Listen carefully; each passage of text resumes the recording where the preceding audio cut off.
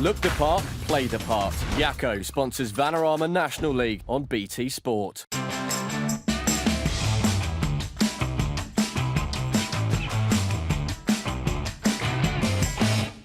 Hello one and all, this is your home of the very best of the Vanarama National League every 7 days. This weekend we've had the big BT Sport television trucks at the racecourse for the latest instalment of a football rivalry that goes way back to 1888, Wrexham against Chester, before we get the best of the action from this season's first cross-border derby.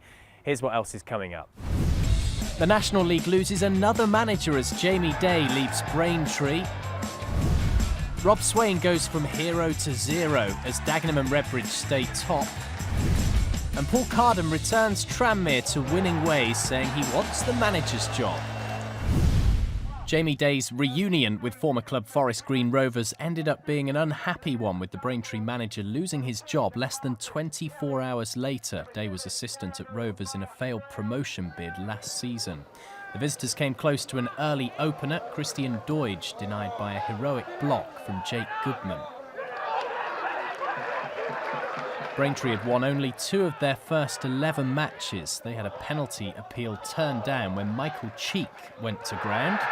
Audacity felt referee Dean Treleaven, who ruled it was simulation and showed the striker a yellow card. 7 minutes before the break, Forest Green demonstrated their firepower. Keanu Marsh-Brown collecting the ball 25 yards out and firing into the bottom corner. For him, it's now 2-2. Into the last 20 minutes, the hosts were offered a route back into the game. Ben Jefford was deemed to have brought down Shez Isaac. The referee this time pointing to the spot.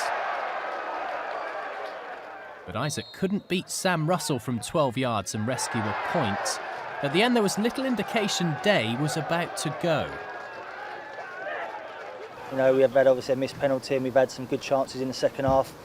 And obviously against the better teams, if you don't take them, then you know you get beat. But I'm really pleased with how we've played and just disappointed we didn't get something from it.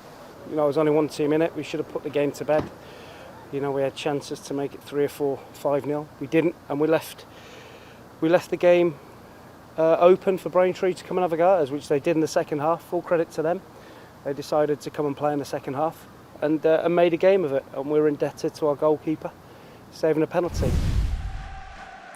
With relegation fears never far away for Torquay United, a home fixture against promoted Maidstone at Plainmoor would have been marked in the calendar as a must-win for Kevin Nicholson's side. But the visitors had been victorious on their last 2 away trips, and it took them just 15 minutes to impose themselves on this match. Kamikaze defending, and Yemi Odubadi was on hand to mark his first start for Maidstone with his first goal for the club. This was Maidstone's first visit to Torquay in over 25 years, and they were certainly making up for lost time. Liam Envermara made it 2-0 with less than 20 minutes played. Torquay halved the deficit going into half-time. Maidstone with some indecisive defending of their own. Nathan Blissett beating the offside trap to register his 3rd of the campaign. But Jay Saunders saw his team restore their 2-goal lead just 3 minutes into the second half. Nathaniel Rowe-Turner's header pounced upon by Odubade, who grabbed his 2nd, a dream debut after his move from Eastleigh. The home side weren't dead and buried just yet. A scramble in the Maidstone area saw Dan Sparks smash home with 35 minutes to go, renewing hope of a grandstand finish on the south coast. But the best the hosts could muster came through Sparks again, his effort curling wide of Lee Morgan's goal. 3 defeats in a row for Torquay, with their manager left to curse at the defensive display. You're talking about absolute basic, I don't want this ball anywhere near my goal, smash it as far as you can in that situation and don't be ashamed to do it type stuff. And for some reason today we pussyfooted around and like I said, I just can't get my head around how easy we stuck them in for 3 goals and that's got to change. The battle for National League supremacy looks wide open this season. Dagenham and Redbridge started the week top after a run of 3 wins in succession. They travelled to Hayes Lane for their first meeting with neighbours Bromley, and it was the red-hot Daggers that struck first within a quarter of an hour. Corey Whiteley with his first goal for the club since signing from Enfield Town. The visitors took their lead into half-time after Toby Show-Silva spurned a great opportunity to equalise. The leveller came 5 minutes into the second half. Rob Swain rising highest to head home his first of the campaign. But the goal succeeded only in angering Dagenham. Just 3 minutes later, the hosts were caught out by a classic counter-attack. Oliver Hawkins calmly kept the ball, waiting to find fellow attacker Jordan Maguire-Drew, who finished superbly. Didn't get any better for Bromley either, as Swain was shown a second yellow card for a foul in the build-up. Neil Smith's side were a goal and a man down. Only 3 wins so far this season for Bromley. Referee Chris O'Donnell certainly not the most popular guest in the minds of home supporters. He awarded Dagenham a penalty moments later for a challenge by Dave Martin on Maguire-Drew. The top scorer in the division, Hawkins, had to have his say. He's on 10 goals so far, 6 in his last 4.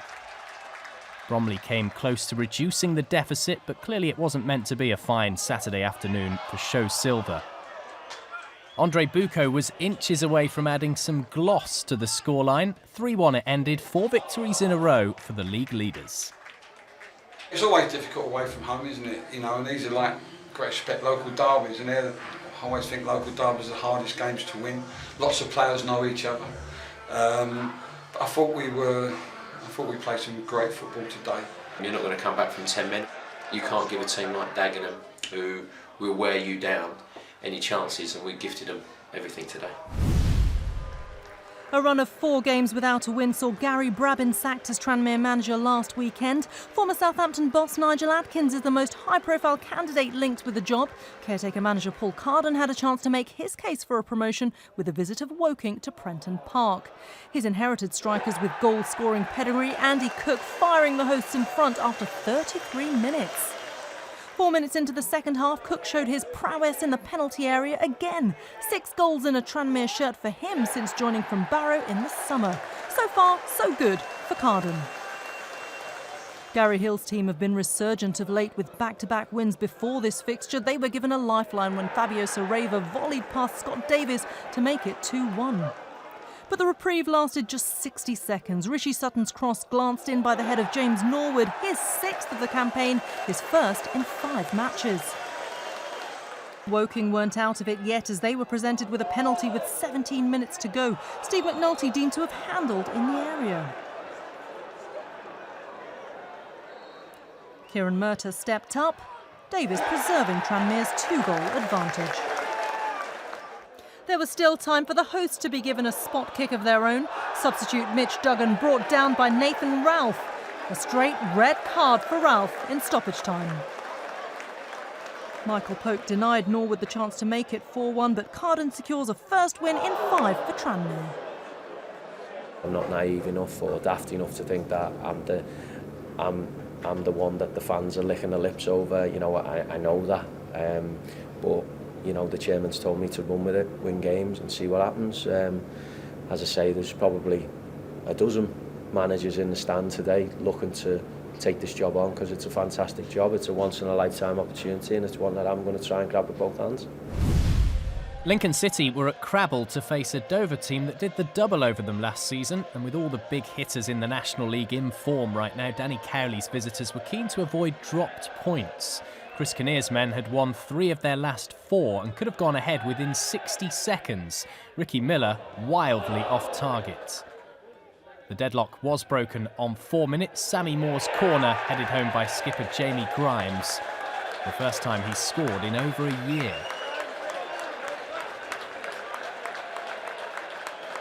Dover's dominance was reflected in the scoreline after the break. A man who bagged 20 times last season for Bromley, Moses Emmanuel swapped passes with Ross Lafayette to make it 3 goals in a Dover shirt. It's 4 victories for them in 5. For Lincoln, a 3rd match in a row without a win. Barrow have been brilliant at home in 2016, unbeaten in their last 13 games at Hoker Street, a run that's seen them fly towards the top end of the table. By contrast, York were without an away win in 25 matches. But the visitors began on the front foot in Cumbria. Right back Sean Rooney saw his shot cleared off the line by Danny Livesey, much to the relief of manager Paul Cox. The hosts grew in stature after half-time. Liam Hughes couldn't have struck this volley any sweeter. Carl Leatheran keeping him at bay. But moments later, Barrow were in front. A Jordan Williams corner converted by Livesey. A captain's goal, Livesey's first since March. Jackie McNamara's men were struggling to contain the home side. Byron Harrison, scorer of the winner at Lincoln last weekend, was denied by Leatheran. But the points were safe on 65 minutes. Williams with some wing wizardry before Matt Fry turned the ball into his own net. Barrow are up to third in the National League, with their manager insisting the best is yet to come. We could have scored more than the 2 goals, and I think the pleasing thing was I don't think we realistically, like I say, got out of second gear, and I thought our performance wasn't as good as it has been of late. I didn't think it was a pretty match by any means. You know, a lot of set pieces, long throw-ins, and you know, obviously disappointed to lose the first goal we did from a. You know, I think that's our main threats so far this season. We spoke about before the game, and obviously one lad switched off for concentration, and it's cost us. For the visit of Chester for this season's first cross-border derby, our commentary team live on BT Sport with the 2 Adams, Virgo and Somerton. Rooney.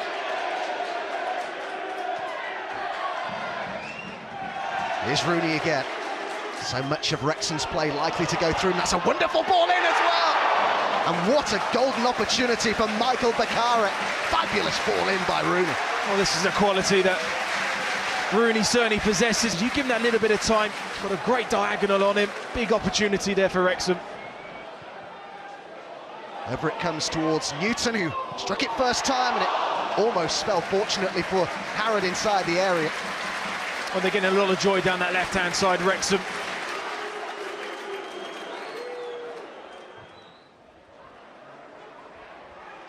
Marner's done well here. Both forwards in the middle, it fell for Richards. And Ben Sharif with the challenge, and there's big appeals from Chester that there was a foul there on the captain, Tom Shaw. Nothing doing from the referee, though, I've got to say, was well placed to make the call. If you go down like that looking for a penalty, he has to be booked for simulation for diving.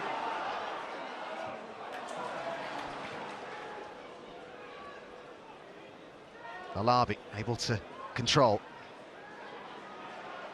Ooh, it's a strong challenge between Rooney and Mart, and the referee was right on top of that. That's a bad challenge there from John Rooney. Just reckless the way that he went in. But it is going to be a yellow card for John Rooney.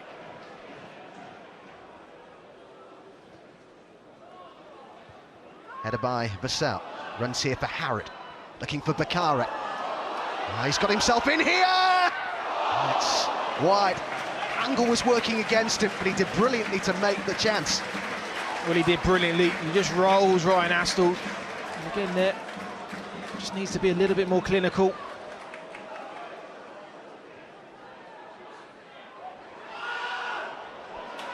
Bakare holding off the challenge and getting the shot in. That's better from the striker. Wasn't far away. He's worked tirelessly today. He's worked hard. Just seems a player that can score from 30 yards but can miss from 3. It's a point apiece. Nothing to separate Wrexham and Chester in the cross-border derby. Wrexham still unbeaten at home this season. Chester yet to win away. I'm employed here to do my job. I think I'm an okay bloke that works hard and loves the game. I love my job, managing, and you know, if people or supporters, the Wrexham supporters, don't like the way that I'm doing things at the moment for whatever reasons, then I just get on with it. I keep smiling. You know, people say smile. I'm going to keep smiling. You know, there's a lot worse things go on, and I'm here as a football manager, and I want to go manage as high as I can, and I work day in, day out to try and do that. We just are really evenly matched, you know, and we know each other. We're around the corner, so you get to see a lot of each other's players and understand the systems, and basically both sets of players matched each other in terms of commitment, you know, in terms of what the fans expect. They matched that for work rate, which meant that there wasn't too many clear-cut chances, but we've come away from home, so I think we just edged that in terms of in terms of the performance. Ronnie Moore has enjoyed a dream start to life as Eastleigh boss. Unbeaten in all 6 of his games in charge, they entertained Sutton in front of their largest crowd of the season. Luke Colson was the hero last weekend as he scored the winner in the 1-0 victory at Macclesfield, and the former Oxford City man was at it again as he opened the scoring after good work from Jake Howells and James Constable down the left-hand side. Colson then made it 3 goals in 3 games just 2 minutes later. Mikael Mandron playing in the makeshift winger as Eastleigh broke before Colson executed a precision finish past Ross Warner.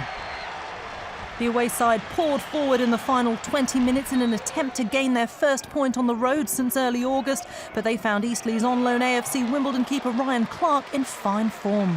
First he tipped Simon Downer's goal-bound flick onto the bar before showing great reactions to keep out Bradley Hudson-Odoi. Clark was finally beaten though with 8 minutes to play. Ross Stern with a rifle shot from 30 yards to set up a nervy finish. And in the dying minutes of the game, Paul Doswell's team were given a golden chance to rescue an unlikely point as Joe Partington handled inside the box and gifted Sutton a penalty.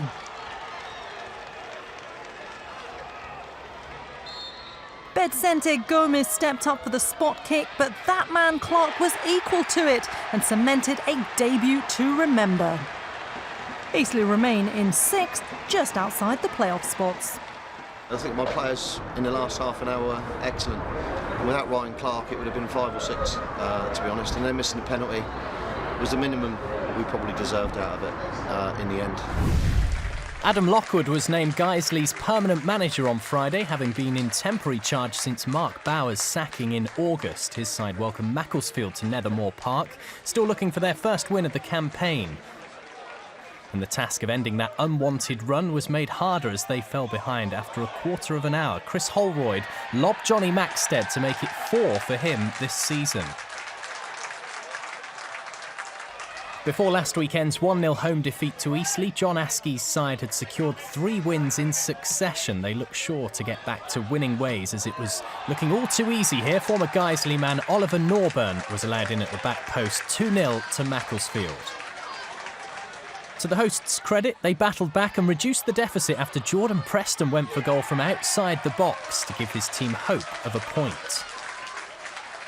Lockwood's team had drawn 3 of their last 4 at the start of the day, and they thought they were on level terms here as Rhys Webb-Foster nodded home Jordan Preston's cross, but the Bradford City loanee was denied his 2nd goal in a week by the linesman's flag. That's no wins from 12 now for Guiseley, who remain bottom. The 3 points for Macclesfield mean they're a point away from the playoffs with a game in hand. We started well, got 2-0 up and then let our foot off the pedal, and we're fortunate then to come away with the win. But it's a win, and we'll move on to the next game.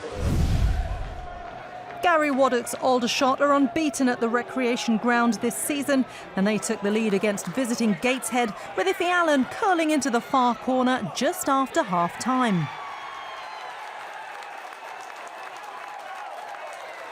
On the hour mark, James Bolton brought down Matt McClure in the box before McClure dusted himself off to dispatch his 3rd of the season.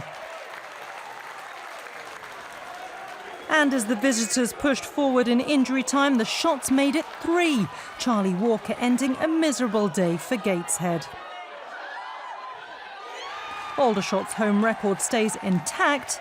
They remain in 7th.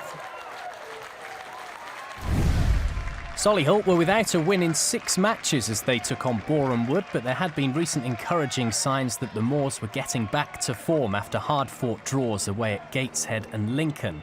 The visitors had the division's only unbeaten away record going into this one. They went closest to opening the scoring as Angelo Belanta failed to capitalise on Nathan Bourne's mistake. And shortly after, the former Braintree captain Kenny Davis was incredibly close to making it 1-0. This curling effort coming off the upright. It was the hosts who finally broke the deadlock minutes after the interval as Jamie Osborne rifled home through a crowded box, his 2nd of the campaign. Marcus Bignot felt his Solihull side looked mentally jaded after their recent exertions at Gateshead and Lincoln. They managed to hold on to their lead for only 5 minutes as Balanta coolly finished to give Wood a share of the points and ensure Luke Garrett's side maintain that unbeaten record away from Meadow Park.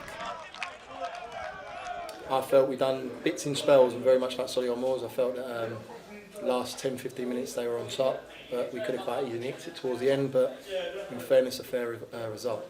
I've got to look at the positives. That's 3 games now unbeaten, and we're adapting well to this league and its surroundings and its environment, and we look forward to now Maidstone away. 2 of the division's bottom 4 met at Grange Lane as North Ferriby, who'd lost 5 of their last 6, took on a Southport side without a win in 8. Steve Burr's Southport have also had to deal with the loss of top scorer Louis Armand, who signed for rivals Tranmere in the week, but they went ahead on the stroke of half-time. Jordan Lussey's pass and Liam Nolan's stretch foot sending the ball into the back of Rory Watson's net. The big problem for Steve Howsham's side so far this season has been goals, Reece Thompson demonstrating why they've scored just once in their last 7 matches. In a game of few clear-cut chances, Jamie Allen went closest to doubling the away side's advantage, but he could only blaze over from 8 yards. The solitary goal was enough for the visitors. That's their first win in 9 and a first clean sheet of the season for the league's leakiest defence. Well, it's a massive 3 points for us, considering going into this morning where North Ferriby were just above us, so we're delighted with the 3 points. But I was pleased with the way we played. I'm just disappointed we didn't score more goals in the first half. I thought we dominated most of the first half, but it's great to get a win.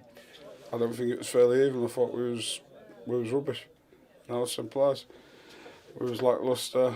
Didn't see that performance coming whatsoever. We've trained all week. We looked a lively sort, and then today, like I said, I didn't see that one coming. Not that performance, because it was way below standard. A much-needed win for Southport, their first in 9 games, but they're still in the bottom 4 with North Ferriby and managerless Braintree, who ended their time with Jamie Day by mutual agreement. Adam Lockwood still waiting for a first win this season with Guiseley, who are bottom with only 3 points. Lockwood was made permanent manager last Friday. Meanwhile, it's getting worse for York City. No win away for 26 matches. Their loss this round of games to Barrow, 2-0, means they're down to 18th. At the better end of the table, Dagenham and Redbridge lead the way by a single point, but I just mentioned Barrow. Their fantastic start continues. Unbeaten in 7, they move up to 3rd, with only Eastleigh in 6th having a better unbeaten record. Tranmere are still to appoint a new boss following Gary Brabin's departure. This time last week, caretaker Paul Carden gave his chances the best possible start as they move up to 4th. And Maidstone are back in the top half after that pulsating 3-2 victory at Torquay. A quick reminder, our next live fixture is at the league leaders Dagenham as they welcome Tranmere to Victoria Road. Our live and exclusive coverage next Saturday starts at 5 p.m, BT Sport 1, plus you can watch as well in glorious 4K UHD. It's always a packed half an hour. If you ever miss the Vanarama National League highlight show on BT Sport, you can catch up anytime for free on our YouTube channel. We'll see you again soon.